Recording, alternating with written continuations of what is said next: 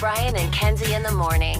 And Chicago's alternative all day. Q101. It's Brian and Kenzie on Q101.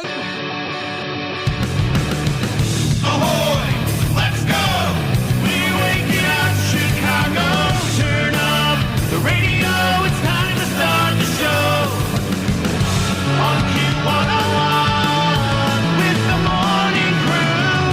Ahoy! Let's go! Welcome to the morning show. Let's go. We back. It's Brian and Kenzie. Woo! Do a woo, Case. Woo! Yikes. Really delayed. And also just not emphatic. Yeah. Do you want me to try again? Yes. No. Oh. Okay, Kenzie said yes, so go ahead, try again. Woo!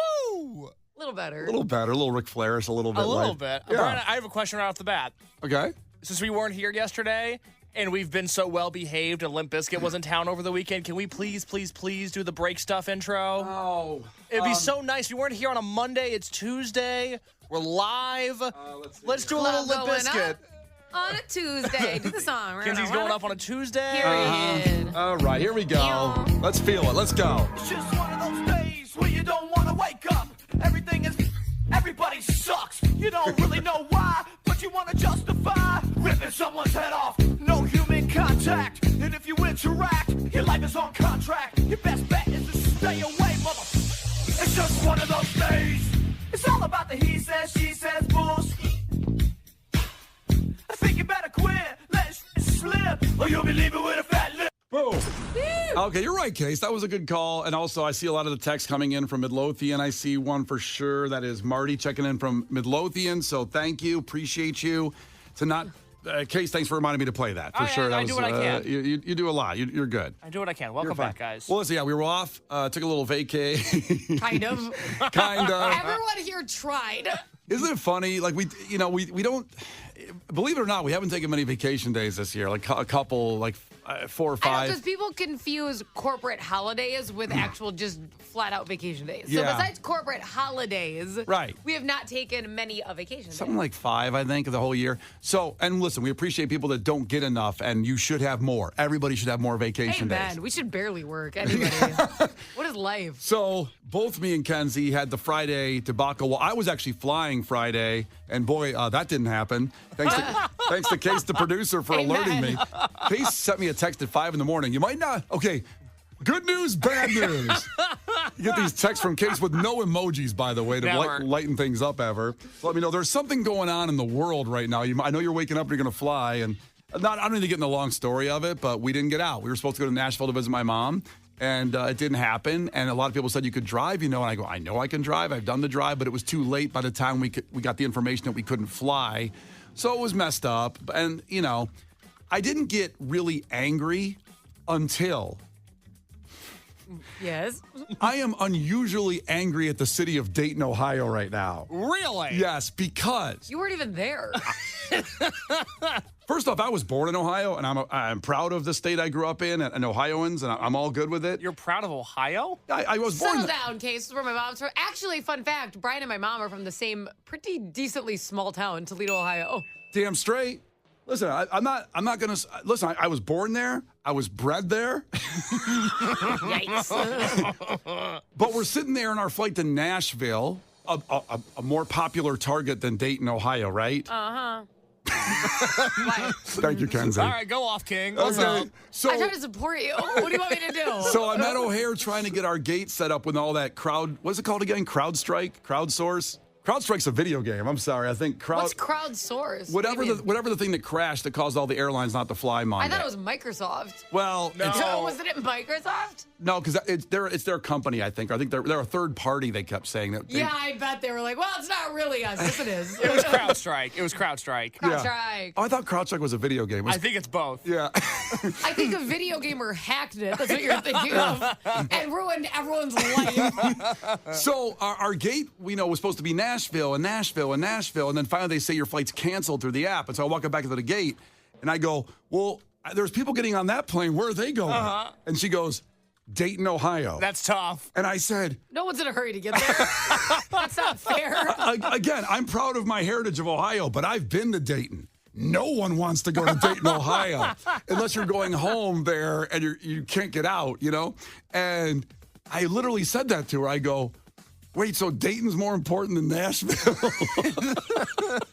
I bet Nashville's like, honestly, please cancel the flights here. They're like, solid, awesome. We're looking for flights to cancel. We need a little break on Broadway down there. They're like, we don't need any more bachelorette parties. Please, for the love of God, if you have flights coming here, just cancel them. So I really did. I clenched my fist almost to where your fingernails cause it to bleed, you know, when you clench it. And I go, Dayton, Ohio, Dayton. I went back to Megan and Harper sitting there like 8 gates over because there was nowhere to sit. I go, they're sending our plane to Dayton, Ohio. She goes, first off, that's a plane that's going to Dayton. That wasn't our plane that's going to Dayton. Right, it was my plane. It was my plane. I saw it. I said peed dibs. on it. No, when it rolled up, he said dibs. And nobody respected that. I wanted to be Harrison Ford in Air Force One. I go, get off my plane. And just Haven't seen it. Oh, Case. You've seen that, right, Kenzie? Yes. Yeah, it's a good movie. It's great. A great impression. Get off my plane. We're going to Nashville. So anyway, we had a good fun weekend. Well, and Brian was DMing my husband because my husband was at the airport, too. I thought he was at O'Hare, actually. I got No. confused, and he was already in Minnesota. Yeah. Okay, so this is what happened is we drove, me, Baby, and Justin drove Thursday. Right. And Tristan stayed with Justin's mom, my mother-in-law. Right. Because he had baseball tryouts. I don't even talk about it. Okay. We planned the entire family reunion around his baseball schedule. The entire family reunion. And then tryouts came out. And it's on the exact date. I'm like, I'm going to punch through a wall. Right. Anywho. The odds. Yes. There's 365 days. It's unbelievable. I go, you know they're not playing till next year, right? But okay. This is kind of like Sum 41's retirement. Like, It's we're going to retire in 5 years. I don't know. I'm going to throw myself off a building. But anyways, so we had that. So I go, here's what we're doing. The problem is that the tryouts were from 5:30 to 7:30 in the evening, Thursday and Friday. Got it. And I'm like, I cannot travel in the middle of the night with the baby. I don't know how that's going to go. And the next day is the family reunion and a family photo shoot. So if it's bad and then he's a disaster. So we drove Thursday. Then my husband left his car and he was flying out super early Friday morning, right? Yeah. And then super late Friday night with Tristan. To come back. To your family reunion in Minnesota. So not only did he get stuck, he actually made, after a 4-hour delay, his flight back to Chicago, right? Correct. But his car was in Minnesota. So once the flight, he got delayed till 2. It was supposed to be like a 9:30 flight. It got delayed till 2 in the morning. Then they booked him on a different flight that was at 2:30. Then that one also got canceled, okay? 2:30 in the morning, he has no car because his car is at our house in Minnesota. He had to sleep at the car rental place to wait for it to open at 5. Ooh, that's a rough look. But also, he goes, there was a line, so people were sleeping in a line. So he's with Tristan Yes. overnight, sleeping at like the Hertz or whatever. Yes, sleep first. Woke up at 5, got a rental car, didn't make it till noon on Saturday, so we had to reschedule the photo shoot. It was an absolute disaster. And I don't know about you, Brian, but we are knocking on United's door for compensation because I'm like, I'm not paying for this rental car. $300 for a day. So Because it was like supply and demand, baby. $300 for a day? It was a $300, not including gas. Yeah. $300. Damn. I know. Well, we got our flight on miles, so they got those right back. And then I said to Megan, well, we got to call United about our Uber. It was $70 to O'Hare. So what you do is you go on their website, and there's a Correct. place where you can submit all the stuffy stuff. Well, then she did that, and I go, we came home and got Jimmy John's. I'm putting that. Yeah, see, here's what you messed up. You should have ate at the airport. That's where you dropped the ball. Well, I don't care. I got home. I'm putting that receipt on there for the I think Jimmy that John's. I think that's where you dropped the ball. Because at airport, you could have totally submitted that receipt. Well, I'm going to get that money back somehow. You write on the receipt at O'Hare, like in pen. That's right. Get off my plane. Give me my Jimmy John's back. The Brian and Kenzie Show. On Q 101. All right, time for a fact that makes your brain go. And again, I was really excited to see this one this morning because it confirmed what I've always said, that when actors and actresses have sex scenes, they are really getting excited with that person. And they always say, it's not exciting. There's 15 people around. We're getting makeup. They're moving us different positions to look right for the camera, and it's not really fun. Listen, it's fun. I'm not an actor, and I'm not, I never did that, but it's got to be fun. Well, I mean, I'm sure Brad Pitt told Jennifer, listen, it's not a big deal. And then he falls in love with Angelina Jolie on set. There's a lot of falling in love on set. That's why I don't buy that there's no intimacy. Yeah. A ton of people fall in love on set. A lot. And listen. Zendaya. What'd she do? What? Oh, she left her husband, right? No, wow, young. I'm saying she fell in love during Spider-Man. She's still with him. I thought she left somebody she was with to go with the guy she made out with in the movie. I don't think so, maybe. I don't know. I don't know what she had going on prior. What'd she do? I think you just have Euphoria storylines confused with real life. Yeah. Maybe. But there are a lot of situations like that where people have met on a movie and then all of a sudden they're dating and they leave their wife or their husband for the person they were making out with. So, yeah, I don't know if you know this, but so Jessica Simpson, when she was in Dukes of Hazzard? yes. Who was the jackass guy? Was Johnny it Steve? Knoxville. Johnny Knoxville was on it, not Steve. I was like, who was it? They fell in love on set and they were both married. What? And she wrote about it in her book. She wrote a book? Oh, settle down. It was about tuna. Chicken of the sea.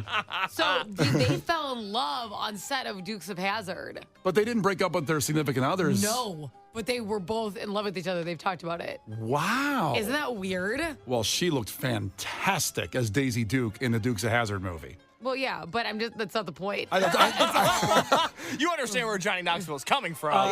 Listen, it was amazing. Yeah, those two fell in love, and then they were both in relationships. Yeah.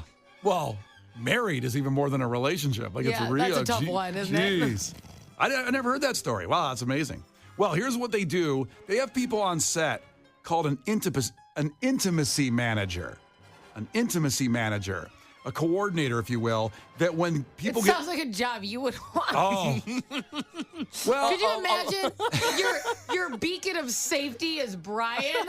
Not good. A master of puppets, if you will. That's right. So they're not supposed to get aroused, obviously, but they do. It happens sometimes. And the intimacy coordinator on set does not throw water on them, like Kay said. That's a shame. Does not bring a picture of their mom, like Kenzie said, to calm things down. These are good ideas they should use. They tell the actor to get up and do push-ups and jumping jacks. So it's only the actor. They can't tell if I don't know, I'm not going to get just specific there, but they can't tell if the woman's getting aroused, but they can tell if the guy is. Isn't more blood pumping bad? That's what I would have thought. Yeah, doesn't that get everything going? But apparently when you do push-ups, it takes blood away from that region and moves it to your arms or your heart or whatever, and so it calms down. Now, I've never tried that. I'm not going to try to get excited here. Brian, I want you to get aroused right now. This is unfair. I don't want to participate in this. Kenzie, show a little shoulder. Yeah. Brian, get aroused and start doing jumping jacks. Show a little shoulder. I can't do this. All of a sudden, Where's our intimacy coordinator? I feel uncomfortable. They don't get here till 7. The Brian and Kenzie Show. Q101. The Brian and Kenzie Show. Q101. The list of the best disaster movies of all time. And I want to, so go ahead and give me what you think of the best disaster movies of all time. I wrote these out. Yeah. I said Twister, okay? Right. I said The Day After Tomorrow. Yep. I have to say, though, I always start getting bored with The Day After Tomorrow once they're in the library. Too much talking. Oh, my God. I get it. You're cold in a library. I get so bored. Anyways. I like the burn book scene. Like, we're going to burn the books. That's great. Now we won't know anything. And the next, whatever. So. Case, have you seen The Day After Tomorrow? No. Okay. Hold on. Bring it back. I don't want to burn any books, though. It's not like that. Okay. We're not going to get into that right now. It's not for content. Okay. They're cold. Okay. They're going to die, you see. It's like, wait, hold on now. They're not burning like, it's not in protest. Like Huck Finn. What's that? What's Huck Finn? What's the book called? Huckleberry Finn? I think it's called that. I don't know. Anyways, okay. No, it's not called that. What's it called? Huck Finn? I don't remember. Tom Sawyer. He's friends with Tom Sawyer. What's the book called? I just Googled Huck Finn. Was it book. The New Adventures of Huckleberry Finn? Adventures of Huckleberry Finn. Okay. So Huck Finn. I mean, it's like the same thing. Yeah, they're not burning that because it's of content, just because they're cold. I wonder if Huck Finn likes the Huck Tua girl. That's kind of the same name. Interesting point. I know. Very What interesting. we're not going to do is name the other characters in that book. That's what's not going to happen on here right now. So I wish you guys would both stop. Well, listen, if you want to go name them, it's fine. I would love everyone to stop right where they are. That's what I would love. I didn't want to go down this road, and I'd like to stop where we are. Okay, so let's go back to disaster movies. I said Twister, The Day After Tomorrow. Now, the third one's an audible because I'm having a hard time deciding, do like Earth Attack movies count? So I Am Legend, when a disease takes over. Yeah. I don't know if that counts. So I'm going to say that. If that doesn't count, I'm going to put in Poseidon. It's the reason I can't go on a cruise ship. Oh. Yeah. And then The Core. I don't even know that movie. You don't know The Core where they travel to the center of the earth? Very hot, by the way. No spoiler alert. Pretty hot down there. Well, that's the case. Don't listen. Plug your ears. And last, I'm going to hit it up with something new because this kind of took everyone over during the pandemic. Don't Look Up. Oh, yeah. That's what those are my guesses.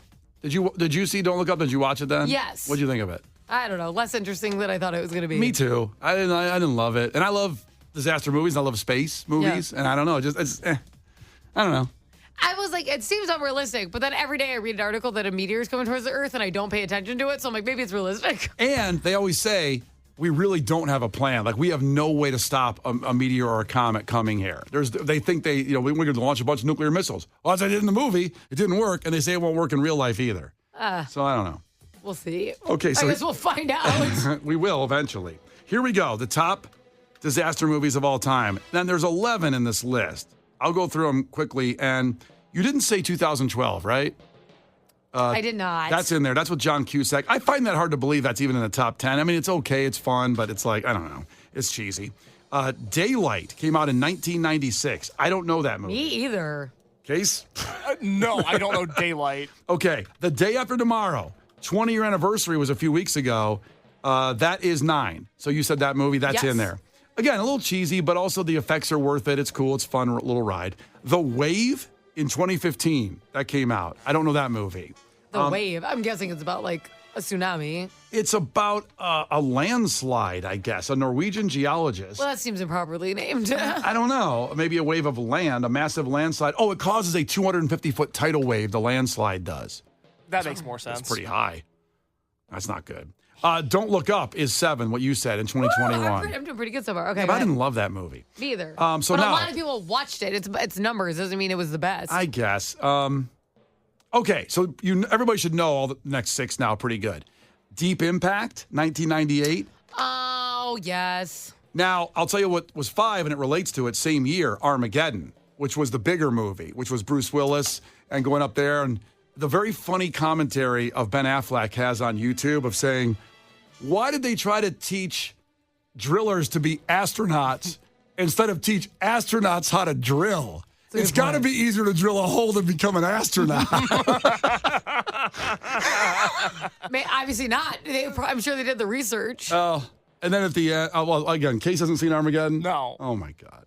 I don't know why they're drilling a hole. I also don't know why in 1998 they both thought about disaster movies of a comet or a meteor coming to destroy Earth. At the same time, they had these movies timed out perfectly. Well, it's probably rival studios. Probably.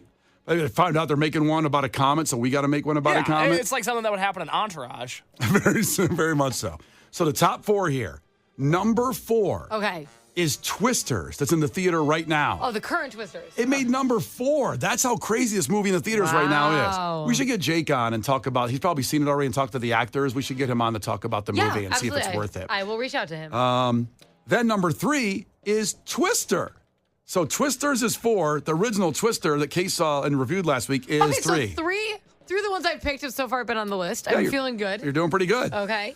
So number 2, you're going to be a little upset about, but it relates to what you said. You said Poseidon, the cruise ship movie. Yeah. The Poseidon Adventure, that was a reboot of 1972. That is the second biggest disaster movie of all time. I think that counts because I don't know which one I'm talking about. In fairness. So I can clarify it for you. You're talking about the one that Johnny Drama's in. Poseidon. Maybe. I don't know. I don't remember. Well, it wasn't like, it didn't look grainy. Like, it didn't have Ernest Borgnine in it. Let me just say that. Poseidon. Oh, so wait, which one? Poseidon Adventure. Is 1972. Poseidon came out like what, in like 2010 or something? Like that? I'm trying to think of my age when I watched these things. Is Johnny Drama in it? Johnny You know what? Drama's in Poseidon. Is he really? Who is he? And he's really a jerk He in the voices movie. the wave. No. He's a character that's really like an a-hole. I don't remember him. You know what? You're right, because I saw Kurt Russell in it. You're right. That's right, Kurt Russell. And you've got, actually, ironically, Emmy Rossum. Rossum? How do you say your name? Rossum. Say it fast, like Worcestershire sauce. Rossum. Worcestershire sauce. So she's in The Day After Tomorrow.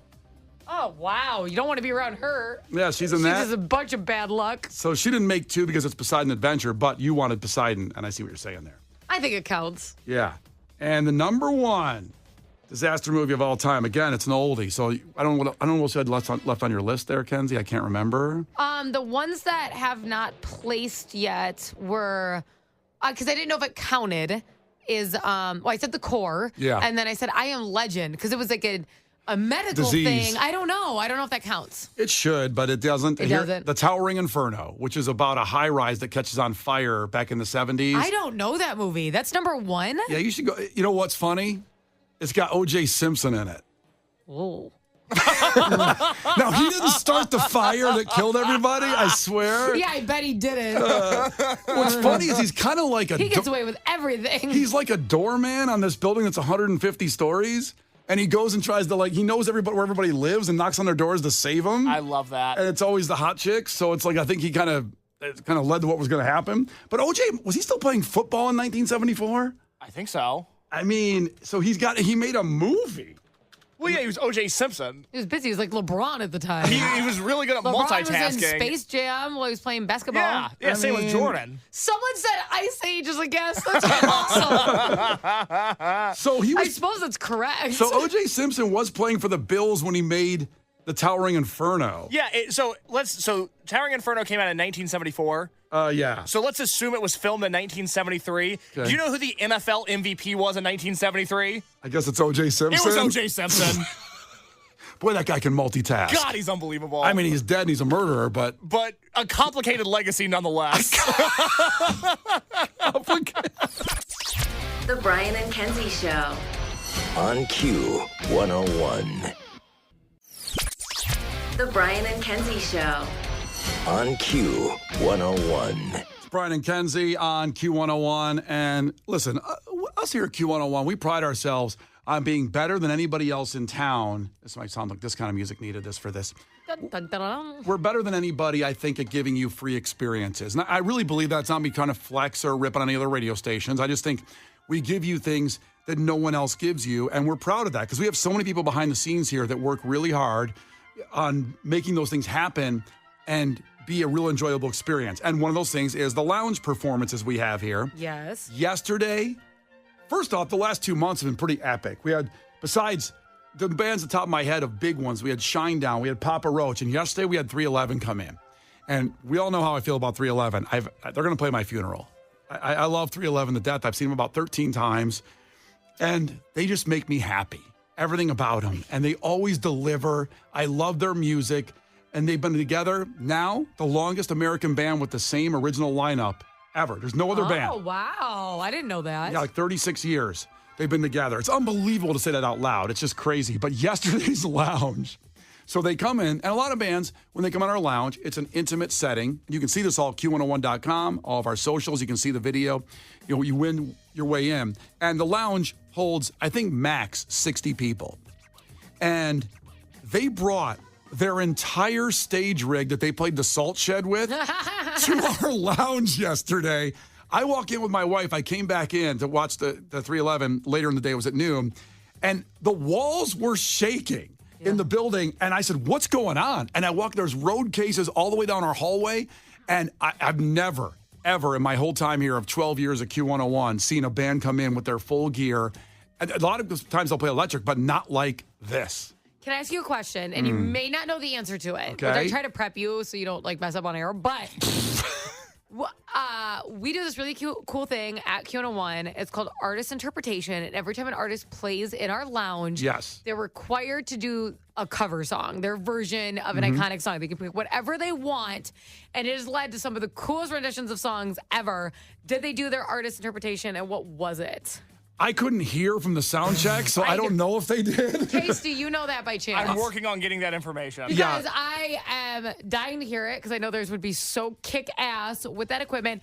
And by the way, if you go to our YouTube, we have all those artist interpretations. They're one of the coolest things that we do. I love because they pick different genres across the board. It's very, very cool to listen to that. Well, they already have, obviously, one of their hits was The Cure's Love Song. And so I don't know.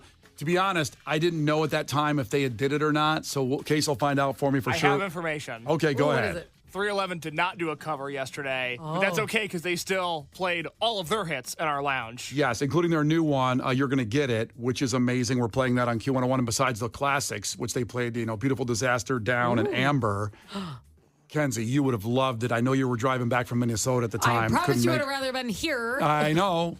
But Gotta love a good baby road trip. I'm not joking. They were so awesome. And they said, you know what, it might be a little bit loud in there. And our lounges, the doors are like a couple inches thick and they're just totally cranking it. Somebody opened the door and it was like that cartoon where your hair goes straight back as the sound. I was like, this is going to be amazing. So before they go on and perform in the lounge, Nick Hexum walked out of our green room and goes like, is there a bathroom anywhere? Now, there was about 17 of us standing outside. I go, I'll take you. Just like, I'll take you to the bathroom, Nick.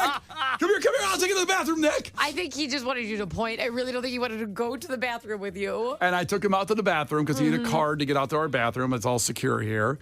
And he was so complimentary and nice on the way out. He goes, we have a long history with Q101. We're so stoked to be here. I mean, we go back as long as the radio station, pretty much, when you go back 30 years. And he went to the bathroom, and I didn't go in, but I guarded the door.